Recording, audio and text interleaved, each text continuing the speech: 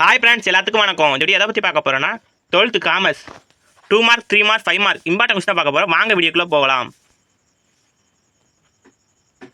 2 mark சிகப்பு டேட்டில் கொடுத்தது எல்லாமே ரொம்ப இம்பார்ட்டன்ட். பிளாக் டேட்டில் கொடுத்தது வந்து இம்பார்ட்டன்ட் கொஸ்டின்.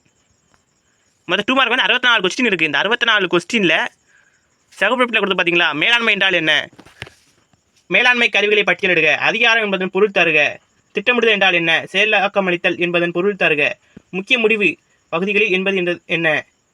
இந்த கேள்வி ரொம்ப இம்பார்ட்டன்ட். குறிப்பாக இரண்டாம் நிலை சந்தை எழுதல் விலை எவ்வாறு நினைக்கப்படுகிறது. இந்த கேள்வி வந்து அடிக்கடி பப்ளிக் எக்ஸாம்னா கேட்ட வினா. இந்தியாவில் உள்ள ஏதேனும் 5 பங்கு சந்தையை பற்றி எடுக்க. இந்த கேள்வி ரொம்ப இம்பார்ட்டன்ட்.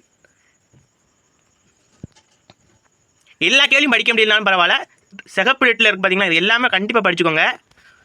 முக்கியமாக எல்லாமே படிக்கிறது நல்லது. அடுத்து ரொம்ப இம்பார்ட்டன் வந்து பார்த்தீங்கன்னா, பதவி உயர்வு என்றால் என்ன, ஆட்சேர்ப்பு முறையில் வேட்டையாடுதல் என்றால் என்ன, மறைமுக சந்தை என்றால் என்ன. இந்த கேள்வி ரொம்ப இம்பார்ட்டன். ஜான் எஃப் கென்னடி கூறிய நுகர்வோர் உரிமைகள் யாவை. இந்த கேள்வி ரொம்ப இம்பார்ட்டன். VUCA விரிவாக்கம் தருக. இந்த கேள்வி ரொம்ப இம்பார்ட்டன். இந்த PTFல உள்ள கொஸ்டின் எல்லாம் பார்த்தா நிச்சயமாக 100க்கு 90 மார்க் எடுக்கலாம்.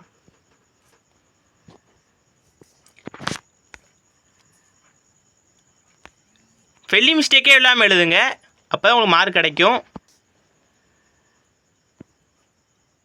புதிய பொருளாதார கொள்கையின் கிளைகள் எழுதுக. இது ரொம்ப இம்பார்ட்டன்ட். தனியார்மயமாக்கல் என்றால் என்ன, வேளாண் தொழில் முனைவோர் என்பவர் யார், மகளிர் தொழில் முனைவோர் சந்திக்கும் சிக்கல்கள். இது வந்து 2 மார்க்லேயும் இருக்குது, 3 மார்க்லேயும் இருக்குது, 5 மார்க்லேயும் இருக்குது. இந்த கேள்வி ரொம்ப இம்பார்ட்டன்ட். 5 மார்க் படித்தாலும் போதும், 2 மார்க் 3 மார்க் ரெண்டுக்குமே எழுதிடலாம். ஏதேனும் 4 அரசின் தொழில் முனைவோர் திட்டங்களை பெயர் எழுதுக. முழுநேர இயக்குனர் என்பவர் யார், செயலாளர் என்பவர் யார், பகரால் சிறு குறிப்பு வரை. இந்த 3 கேள்வியில் கட்டாய ஒரு கேள்வி எக்ஸாம் கண்டிப்பாக வந்துடும்.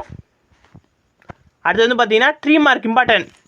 மேலாண்மை வரைவிலக்கம் தருக, டெய்லரிங் மேலாண்மை தத்துவங்கள் யாவை. இந்த 2ல் கண்டிப்பாக ஒரு கேள்வி வந்துடும்.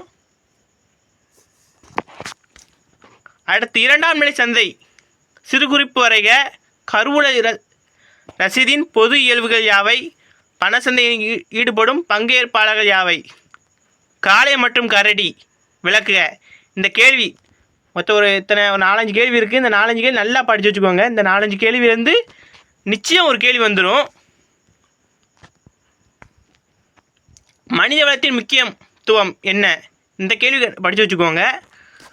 அதே மாதிரி பிளாக் டேட்டில் ஒன்று இருக்குது பார்த்தீங்களா, அதையும் கொஞ்சம் படித்து வச்சுக்கோங்க. மனித வளங்களின் இயல்புகள் யாவை, இதையும் படித்து வச்சுக்கோங்க. அடுத்து காலத்தின் அடிப்படையில் சந்தையினை எப்படி வகைப்படுத்தலாம், இந்த கேள்வியும் படித்து வச்சுக்கோங்க. சந்தையிடுகையின் நோக்கங்கள் யாவை, இந்த கேள்வி படித்து வச்சுக்கோங்க. செயற்கை பற்றாக்குறை என்றால் என்ன, தேசிய அனைத்து உறுப்பினர்கள் பற்றி விவரி. உலகமயமாதலில் ஏதேனும் 3 தாக்கங்கள் எழுதுக. இது 3 மார்க்லையும் கேட்கலாம், சப்போஸ் 5 மார்க் கொஸ்டின்லையும் கேட்கலாம். அதாவது இது நல்லா படித்து வச்சுக்கோங்க. மாற்று சீட்டின் இயல்புகளை கூறுக. இது 5 மார்க்லையும் கேட்கலாம், 3 மார்க்லையும் கேட்கலாம். ஸ்டார்ட் அப் இந்தியா என்றால் என்ன. அடுத்து நிழல் இயக்குனர் என்று யாரை அழைக்கிறோம். சிறப்பு தீர்மானம் என்றால் என்ன, சட்டமுறை கூட்டம் என்றால் என்ன, சாதாரண தீர்மானம் தேவைப்படும் 3 செயல்பாடுகள். இந்த 48, 49, 50 இருக்குது பார்த்தீங்கன்னா, இந்த கொஸ்டின் 3மே ரொம்ப இம்பார்ட்டன்ட். இந்த 3ல் கண்டிப்பாக ஒன்று வந்துடும்.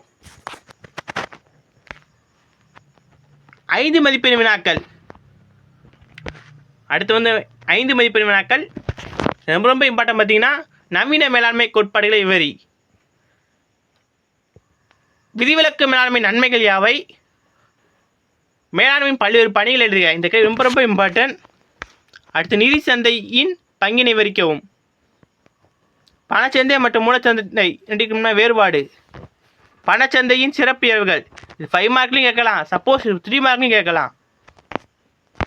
குறிப்பாக வேறுபாடு கொடுத்துருக்கோம் பார்த்தீங்கன்னா, வேறுபாடு கொஸ்டின் நல்லா படித்து வச்சுக்கோங்க.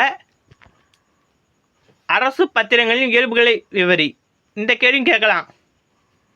பங்குச்சந்தை பணிகளை விவரி, செவியின் அதிகாரத்தை விவரி, செவியின் பணிகளை விவரி. இந்த 14, 15, 16 இந்த 3ல் ஒரு கேள்வி எதிர்பார்க்கலாம். சந்தையிடுகை எவ்வாறு மின்சந்தையிலிருந்து வேறுபடுத்துக, இந்த கேள்வியும் ரொம்ப ரொம்ப இம்பார்ட்டன்ட். அடுத்து நுகர்வோர்னு கொடுத்துருப்பாங்க. இந்த 4 கேள்வி இருக்குது.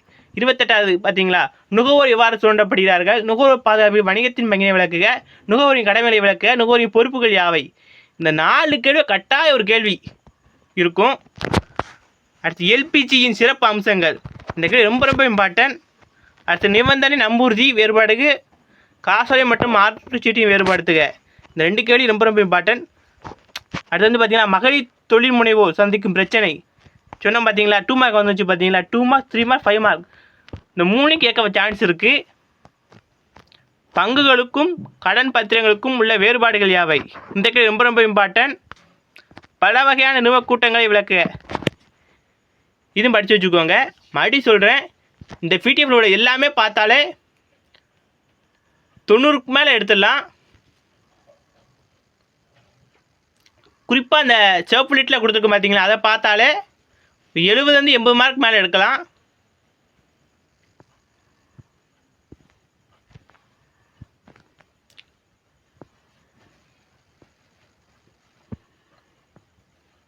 இந்த வீடியோவை உங்கள் ஃப்ரெண்ட்ஸுக்கு ஷேர் பண்ணுங்கள், லைக் பண்ணுங்கள், ஷேர் பண்ணுங்கள். தேங்க்யூ ஃபார் வாட்சிங்.